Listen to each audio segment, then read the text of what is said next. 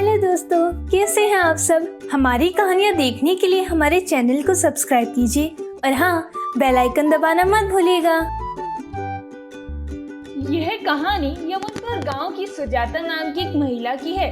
सुजाता के पति का निधन कुछ वर्ष पहले ही हो गया था। सुजाता की एक बेटी रमिता जो 12 वर्ष की थी। घर के माली हालात ठीक नहीं थे और गरीबी के चलते रमिता को अपनी पढ़ाई बीच में ही छोड़नी पड़ी। सुजाता घरेलू और रोजमर्रा के खर्च के लिए एक कपड़े की फैक्ट्री में काम करती थी, जिसके बदले उसे कुछ पैसे मिल जाते और वह उन पैसों से अपना गुजारा करती थी। एक दिन सुबह की बात है। माँ, आप काम पर जा रही हो? हाँ बेटा, क्यों, तुम्हारे लिए कुछ ले आऊं? नहीं माँ, आज से मैं भी आपके साथ काम करने आऊंगी। क्या कह रही हो रमिता, तुम क्यों काम करोगी? माँ, दोनों साथ काम करेंगी तो अच्छी कमाई होगी और हमारी परेशानी भी थोड़ी सी कम हो जाएगी। वैसे भी मैंने पढ़ाई तो छोड़ ही दी है, अब आपके साथ काम करना घर पर अकेले रहने से बेहतर है। नहीं बेटा, ऐसा मत कहो, अभी तुम बच्ची हो और ये तुम्हारी उम्र है पढ़ने की। ऐसे में तुम बाहर जाकर काम करना शुरू कर दोगी तो समाज क्या कहेगा? माँ, समाज के लोगों से हमें क्या लेना देना। वे हमारे घर कब आए और हमारा हाल पूछा? पिताजी के जाने के बाद अपने घर की हालत कितनी खराब हो गई है। आप जो पैसे कमाती है वह घर की जरूरतों पर खर्च हो जाता है और ऊपर से हम पर इतना कर्ज है, इसे हम कैसे चुका पाएंगे? बेटा, ये सब तुम क्यों सोचती हो? सब ठीक कर दूंगी, तुम घर पर रहो और अपना ख्याल रखना। यह कहकर सुजाता अपने काम के लिए चली जाती है। इधर रमिता घर के कामों में व्यस्त हो जाती है। तभी पड़ोसन शीला रमिता के पास आती है। अरे रमिता बेटी, क्या कर रही हो? आंटी जी आइए ना, मैं तो बस वो घर का काम ही कर रही थी। लगता है सुजाता सवेरे सवेरे ही अपने काम पर चली गई। जी आंटी, माँ को गए बस थोड़ा समय ही हो रहा है। अरे बेटी रमिता, तुम्हारे पिताजी के जाने के बाद सिर्फ तुम्हारी माँ ही है जो तुम्हारा पालन पोषण के लिए दिन रात मेहनत करती रहती है। न जाने तुम गरीबों के भाग्य में क्या लिखा है। शादी के बाद पति का निधन हो गया और अब तुम्हें पालने के लिए इतना कष्ट ले रही है। आंटी, माँ मेरे लिए जो कर रही है वो वाकई बहुत बड़ी बात है। मुझे गरीबी में नहीं रहना पड़े इसलिए बाहर जाकर काम करती है। रमिता और शीला के बीच कुछ बातें होती हैं और शीला वहाँ से चली जाती है। अरे शाम होने में ज्यादा समय नहीं ना, मैं जल्दी से खाना बना लेती हूँ। माँ आती ही होगी। घर में सिर्फ इतना ही राशन था जिसमें सिर्फ एक ही व्यक्ति के लिए भोजन बन सकता था। अरे ये क्या, राशन तो सिर्फ इतना ही है, इतने में तो एक इंसान के लिए ही खाना बन सकता है। रमिता जल्दी जल्दी सारा भोजन तैयार कर लेती है। शाम का समय सुजाता काम से लौटकर अपने घर आती है। अरे माँ, आप आ गई, आप हाथ मुंह धो लीजिए, फिर आप भोजन कर लेना। सुजाता को पता था कि घर में सिर्फ एक व्यक्ति के खाने का ही राशन था, इसीलिए सुजाता अपनी बेटी से झूठ बोलती है। अरे बेटा रमिता, क्या है कि आज फैक्ट्री में किसी का जन्मदिन था, उसी खुशी में सबके लिए खाने का इंतजाम था, तो हम सब ने एक साथ खाना खा लिया। एक काम करो, तुम खाना खाओ, तब तक मैं आराम करती हूँ। रमिता खाना खाकर अपनी माँ के पास आती है। सुजाता बेड पर लेटी हुई थी। माँ, क्या हुआ? आप ऐसे अचानक बेड पर लेट क्यों गई हो? कोई तकलीफ है क्या आपको? अरे नहीं बेटा, वो बस थोड़ी सी थकान है, इसलिए बस आराम कर रही थी।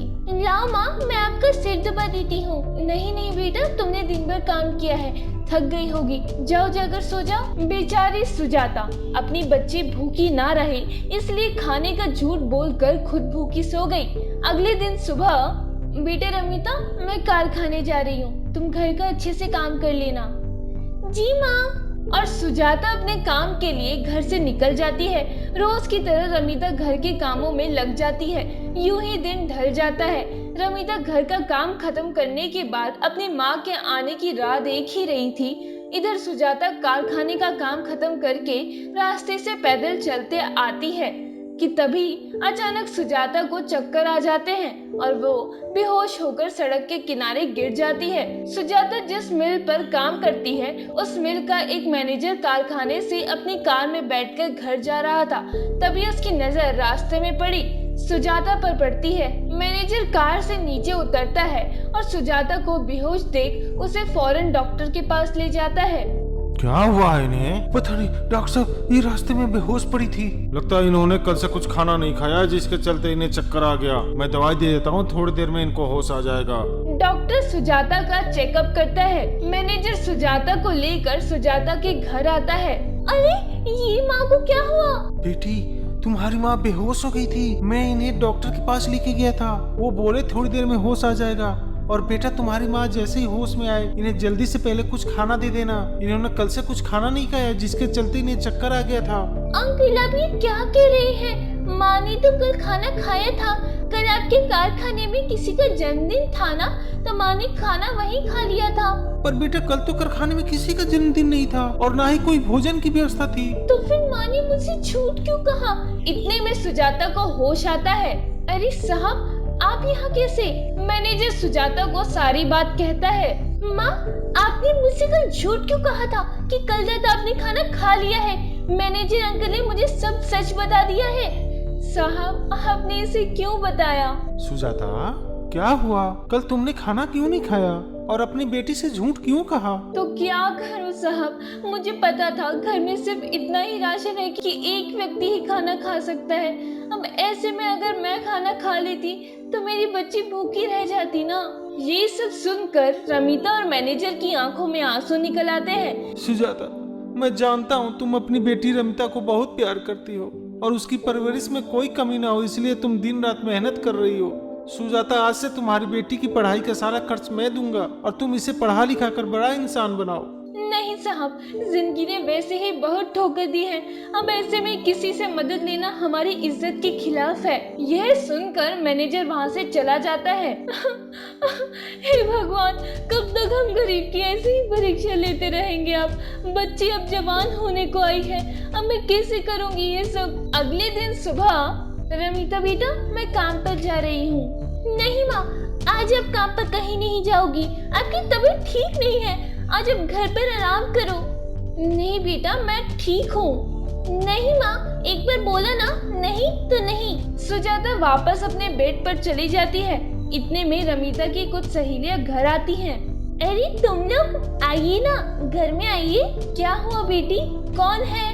माँ, मेरी कुछ सहेलियां मुझसे मिलने आई हैं। अरे रमीता, तुम स्कूल क्यों नहीं आ रही हो? और ये सब क्या है? ऐसे फटे पुराने कपड़े पहनी हो? अरे नहीं दिशा, वो तो मैं बस। इतने में सुजाता कहती है, अरे बेटी दिशा, वो क्या है ना कि घर की सफाई करनी थी, तो इसीलिए रमीता ने ये कपड़े पहने हैं। अच्छे कपड़े पहनती तो खराब हो जाते। हाँ आंटी, ये तो है। अरे रमीता, एक हफ्ते बाद जिनामा सतमी है, अपने लिए कुछ लिया कि नहीं? ये देखो, हम सबने कितना कुछ सामान लिया है अपने लिए। सोची तुम्हें बता दी, और तुमने जो लिया है वो भी हम देख लेंगे।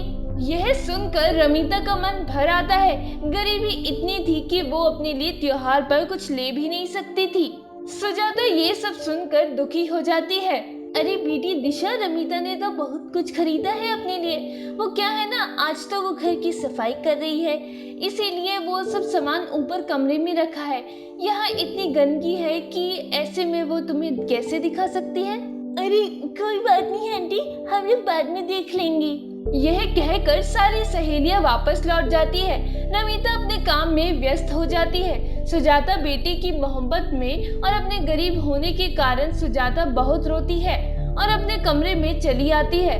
अचानक उसकी नजर हाथों में पहने कड़े पर जाती है जो चांदी का था। अरे बेटी रमीता, मुझे बाहर कुछ काम है, मैं अभी आती हूँ। जी माँ, जल्दी आना। सुजाता अपने घर से निकलकर एक ज्वेलरी शॉप पर जाती है।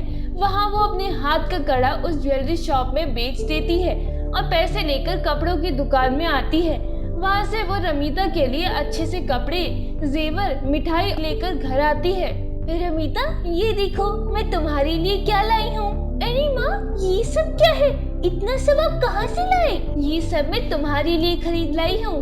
पर माँ, तुम्हारे पास तो कोई पैसे नहीं थे, फिर ये सब कहाँ से लाए? बेटा, मेरे पास पैसे थे, मैंने पैसे बचा कर रखे थे इसी दिन के लिए। रमीता को पता था कि उसकी माँ उससे झूठ बोल रही है। अरे माँ, आपके हाथ का चांदी का कड़ा कहाँ है? अरे बेटा वो ना मैंने अंदर रख दिया है, कहीं गिर ना जाए इसलिए। माँ मैं जानती हूँ आप मुझसे झूठ बोल रही हो, आपने अपना कड़ा बेचकर ये सब सामान लाया ना। इतने में मैनेजर और उसका लड़का सुजाता के घर आता है। अरे साहब जी आप यहाँ। सुजाता, मैं जानता हूँ तुम अपनी बेटी रमिता को बहुत प्यार करती हो और उसकी परवरिश में कोई कमी ना हो, इसलिए तुम दिन रात मेहनत कर रही हो।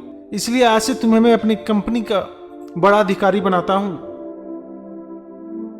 सुजाता ये सुनकर खुश हो जाती है। अब से सुजाता की जिंदगी एकदम बदल गई थी और दोनों खुशी खुशी जिंदगी बसर करने लगे थे। दोस्तों, अगर आपको ये कहानी पसंद आई हो तो हमारे चैनल को सब्सक्राइब कर लें, बेल नोटिफिकेशन दबा लें और कमेंट करके ज़रूर बताएं कि आपको ये कहानी कैसी लगी। धन्यवाद।